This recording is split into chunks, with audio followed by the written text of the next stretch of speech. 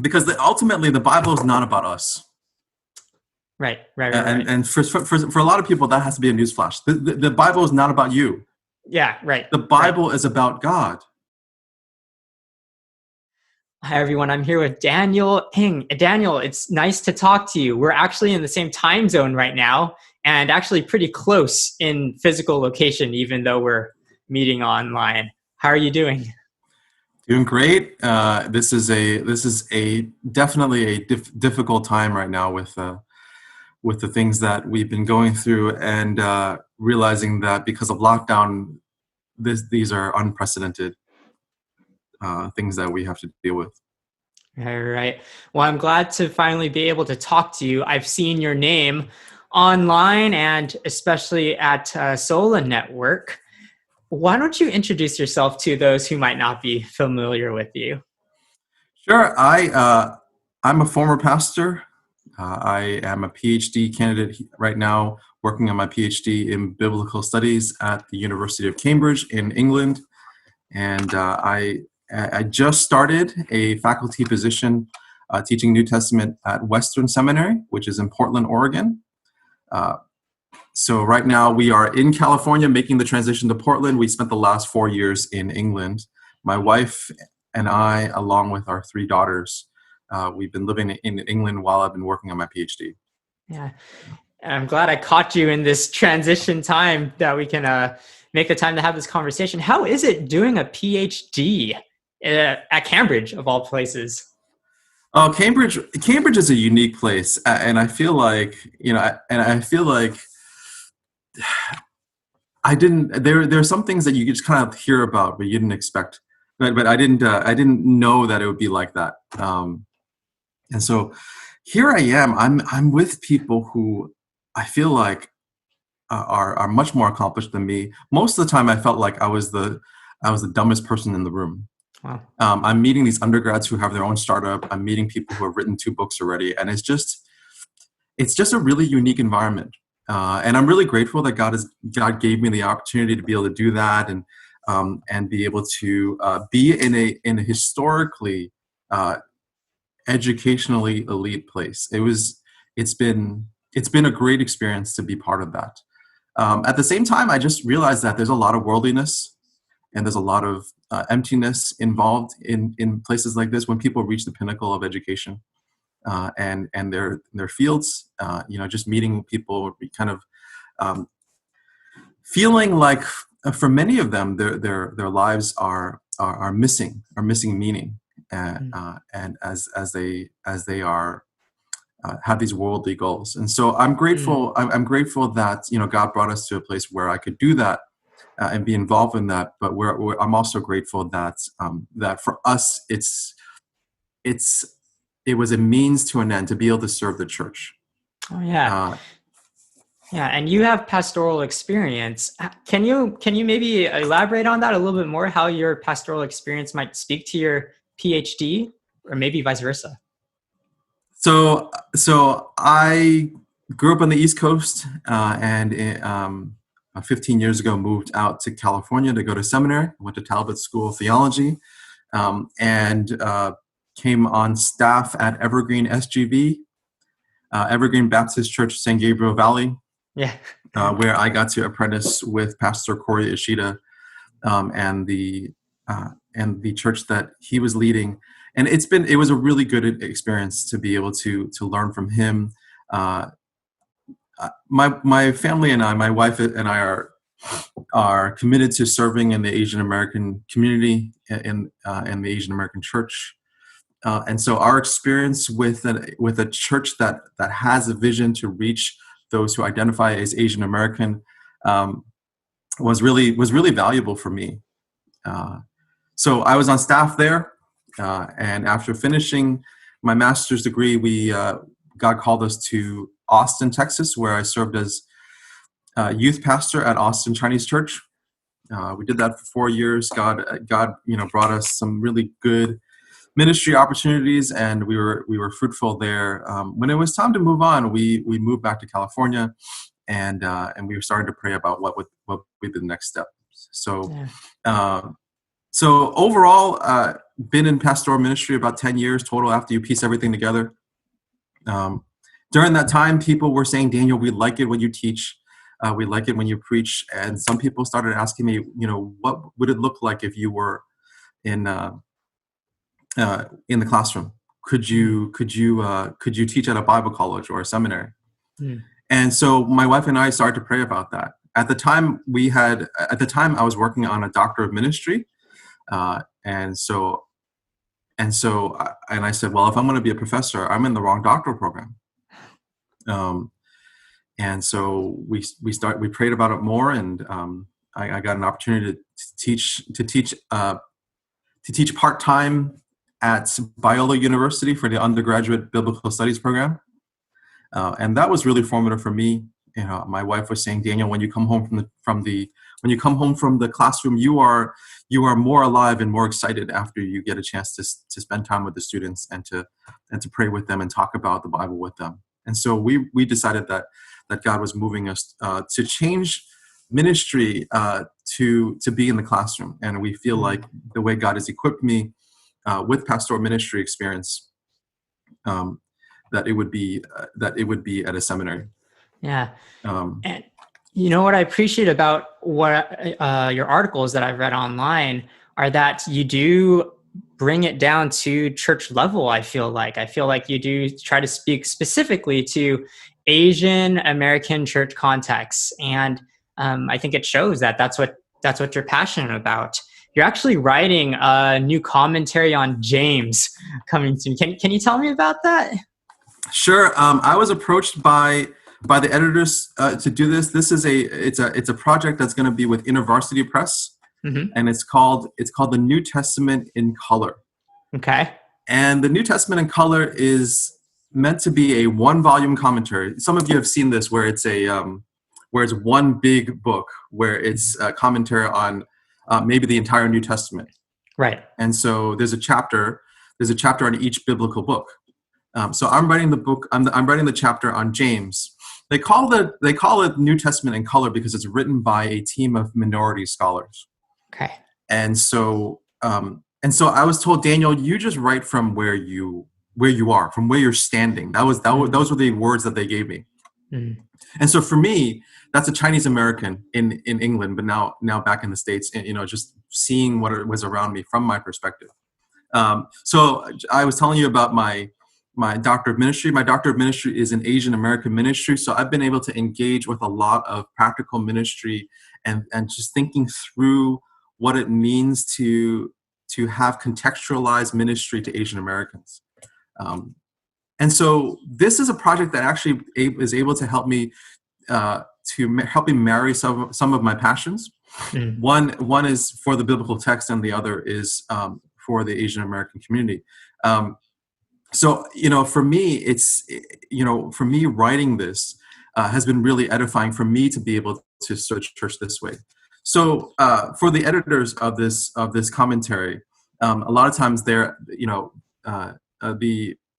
asked, how do I get diverse voices on my syllabus? Mm-hmm. And so the idea is, hey, here's one volume with 20-something diverse voices you can have for the classroom, but also we're aiming to write for those in the church, people who are preaching, people who are teaching or studying the Bible. Okay. And so that's been really edifying for me to be able to do that. So with James is what I've been studying for my PhD. Okay. And so I was invited to do this. I'm really excited about this project. I think it's going to really serve the church well. So I'll give you an example as you're thinking through it. When James writes, James 1:1. When James writes, he says to the 12 tribes in the diaspora. Mm-hmm. A biblical epistle, it starts off with the author and then to so and so, to the recipient. Right. And so James writes the 12 tribes of the diaspora. Diaspora means people who are scattered away from their homeland. Right. As soon as I hear diaspora, I'm thinking immigration. Mm-hmm. I'm thinking refugees. Mm-hmm. I'm thinking marginalization, racism. I'm thinking all the things that I'm familiar with. Yeah, and so relevant. Suddenly that becomes personal to me. Yeah. Right. And so as I'm writing through this commentary, I'm thinking about these minorities who are outside of Palestine, who are facing discrimination because they're different. Who people don't know how to interact with them because they look different, Mm. or they might have different customs. Mm. And so I know something about that. And so Yeah. it was really good to think through that, and to think, okay, why is James writing it this way? And what are we learning about this through the lens of James writing to the people that are going to be reading his letter? Yeah. And so I'll give you an example of what that looks like. So in James, in chapter 4, Okay. James writes about why do you have fights and quarrels among you, and things like that, and it's because you are friends with the world and not friends with God. And so James goes on and kind of gives them a remedy for their enmity with God. Why? And he calls them adulterous people and so on. But he goes on to tell them, hey, submit yourselves to God, and to humble yourself before God. And he says something really poignant in James 4:8. Verse 8 says, "Come near to God, and He will come near to you." Right. Some of your translations might say, "Draw near to God, right? and Yeah, He draw will draw near. near to you." Yeah. And that's really poignant for me, because as I was thinking about that, I'm thinking these are people who are outside Jerusalem. They're really far away from the temple. And they're feeling the stigma that they can't worship God the way that their people can, the way that their people are meant to. They're so far away from the center of their faith, and they're ashamed. And you're thinking, oh, well, I can't be a proper Jew. And James writes this: draw near to God, and He will draw near to you. And so for a Jew who's far away from Jerusalem, facing this minority experience, feeling like they don't belong anywhere, and yet God, and then James says, you have the opportunity for God to be near to you. That means a lot to them. And I think it would mean a lot to us as we think through what our own experiences of what we are ashamed of, and we're feeling like we are separated from God too. Yeah. Wow, that's so good. Thank you for sharing that. How is this writing process for you? Are you taking the entire book of James and looking at it, like what you said, through that lens? Is that, or do you like, is there a different hermeneutic that you do before that? Like, how does this process come together for you is what I'm trying to say. Okay. So the way that the process goes for me for something like, for a project like this, is to think about it with two ladders. Okay. So let's say this is we're on the ground, and the ground level is first century culture, first century situation. Right. And then you and I, Aaron, we're at the 21st century, right. California. Right. This is where this is real life. We're on the ground. Okay. Okay. So how do we get from this ground to this ground? And I think about it as two ladders. Okay. So you take so one of the things we're trying to determine is what's going on here on the ground level in the Bible times. Then we're going to go up the ladder and say, okay, is there a principle that we're learning, a more abstract principle, and we're kind of in the clouds somewhere. Okay. And then as we think about, is there an overall principle that we're learning that is timeless, that is true for everyone, right? About God and how He relates to His people. So for an example might be, God keeps His promises to His people. Okay, sure. Okay. So on one end we have Abraham and his childless existence in a Bible time on the ground, and then we go up, and God makes a promise to Abraham. So we go up, and we're in the cloud, and we say, okay, God makes a promise to His people. God keeps His promises to His people. So on the other end, we start coming down the ladder on the 21st century side, and we say, okay, well, God isn't promising us the same thing He's promising Abraham. But when He does make a promise to us, He's intending to keep that. God by nature is a promise keeper. Yes. Yes. And so when we land on the 21st century side, we're saying, okay, if God has promises something in Scripture, then we know He's going to keep it, even when we're not faithful. And so there's a sense that we have to think about as two ladders, and preachers have to do this all the time, where we have to figure out how to get to a concept, a principle that that would be timeless.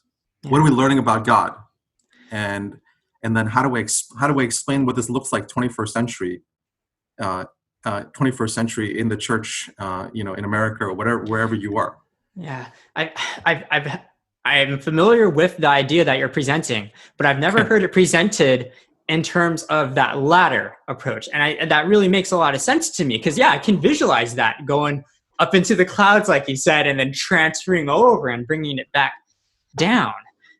Our SOLA audience, okay? We do have pastors and preachers, maybe even scholars that are familiar with this. How would you maybe talk to collegians who are trying to do this? How can they get good at this, being able to get that truth and bring it to their own personal life?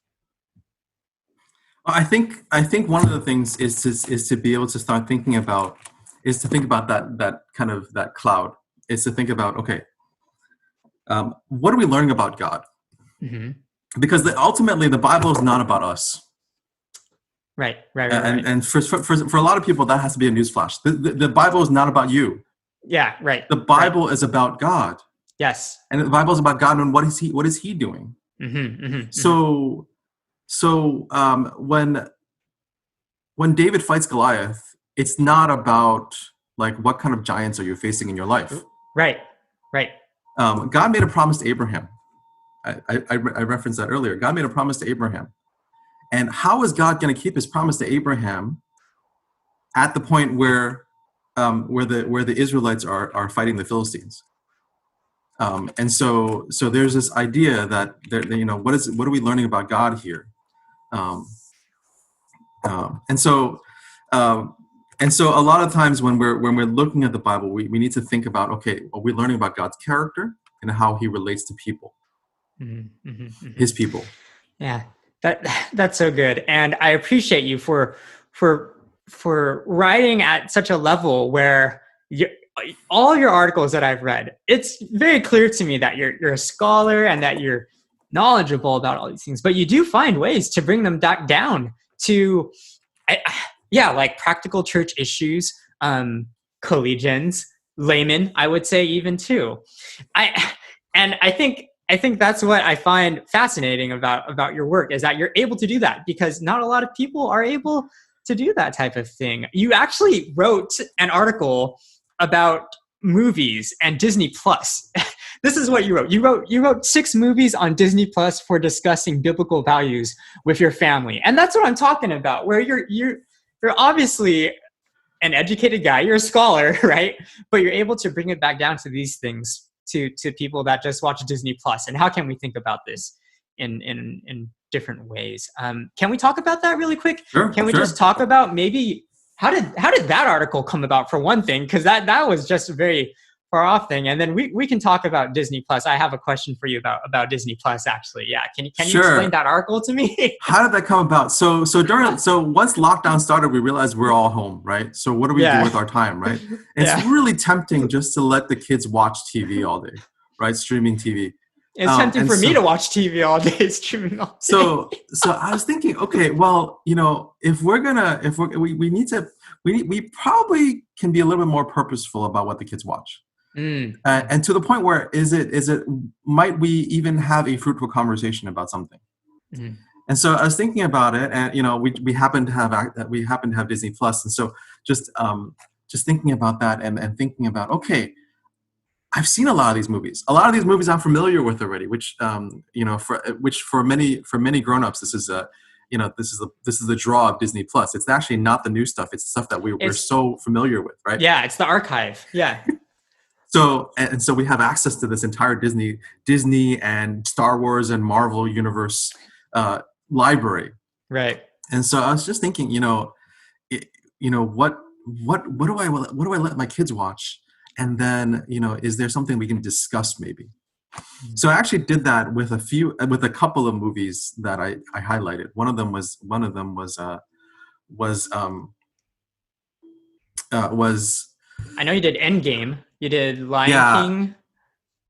So one of them was Sound of Music, and the other one was Inside Out. Those are the two that Right. actually Okay. we did Right. with our family. But I was Okay. thinking, it Okay. made me think about like what are some themes that we can talk about. Mm. And I'm not saying that Disney is biblical. I'm just saying that there's opportunities to have some themes that we can discuss fruitfully, and even Mm. things where we can say, okay, how is this not biblical? Mm. Mm. Mm. How is this idea? And and Disney movies have a lot of unbiblical values too. Mm. But Mm. Mm. it's just a matter of how we're going to redeem this time. Yeah. So Yeah. I just kind of thought about this, and I kind of ran with it.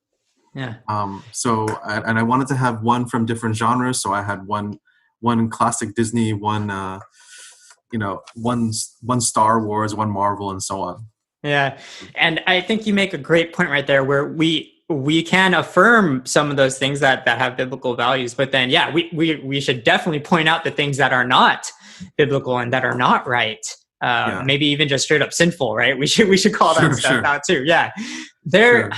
So Mulan is coming out, Mm-hmm. and I feel that you have a perspective I want to hear on this, because that there's dialogue about representation and Yes. how this is an important thing. But how should we as Christians think about representation while also understanding this is secular entertainment, basically, kind of like what we were talking about. Sure. There's biblical elements that we should point out, or not say that there aren't there. Yeah. Well, how can I think about this? Well, I mean, I think about a movie like Mulan, but that actually makes me think about representation that has happened throughout my life and how that made me connect more.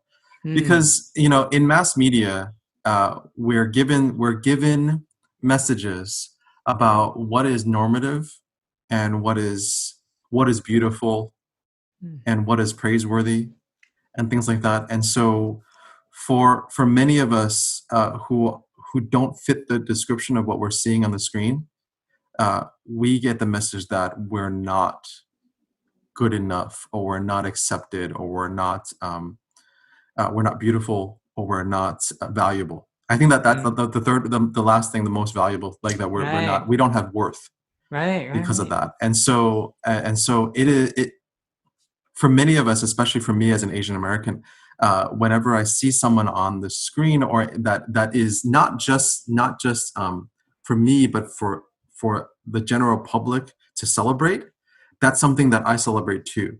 So for people in my generation, that was someone like Michael Chang, the tennis player, or people who are a little bit who are maybe a little bit later might have been someone like Michelle Kwan, right, a figure skater, or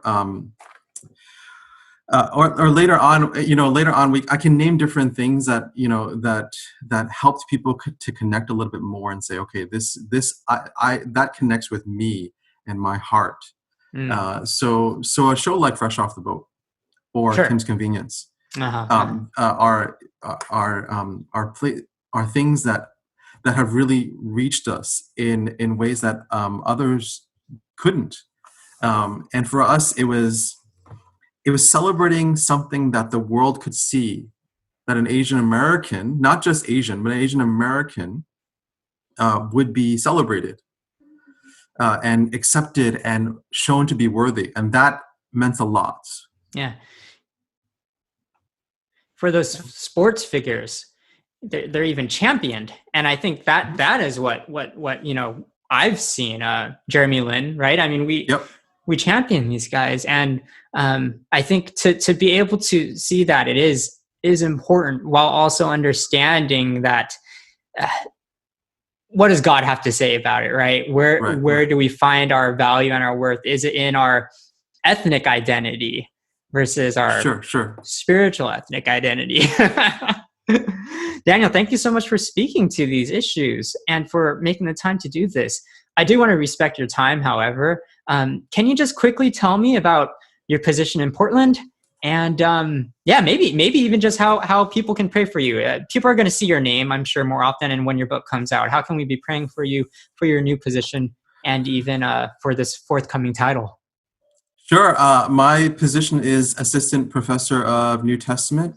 I started already. The semester is going to start very soon. I'm going to be teaching Greek, and I'll be teaching New Testament courses. Um, pray that God would continue to equip me. I'm here. I'm a full now. This is what I've been working towards. I'm a full-time prof now, and suddenly I'm feeling like, man, this is too big for me.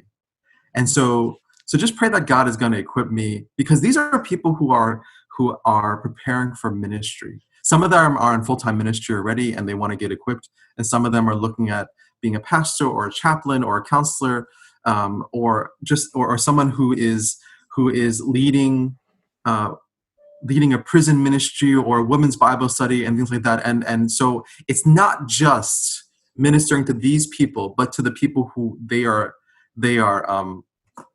going to be serving. And so, I'm feeling the weight of all that. And so pray for God to equip me, pray for God to use me. Just, it's because it's not about me. It's about his church and how I get to be part of that. And so, pray for the equipping. Pray for my family to have a really good transition to Portland. I mean, it's a new place. We need to find community, a place to serve. What are we going to do about school for the kids? All those things. And so, this is going to be our life, and what is it going to look like for us? And so, pray for that transition. I'm actually not finished with my PhD yet. I'm actually very close to submitting. So pray for favor with my examiners, that I would pass and be able to commit myself full time to serving the students at Western Seminary. We are committed to serving the Chinese American Church specifically. So pray for that. What that would look like for us, from Oregon, and how we can have my wife and I can have an impact. Actually, the whole family can have an impact on the local church, but also the church at large. What's that going to mean? So that's what you can pray for. I mean, the publication, is good, and we're looking forward to seeing how it's going to impact others. I'm looking forward. I'm excited about that. Yeah. Daniel, thank you for your time, and thank you for the work that you've done with SOLA, and obviously for all the other things that you've been doing out there. It's so good. I'm thankful for you. Good to connect with you, Aaron. I'll talk to you soon.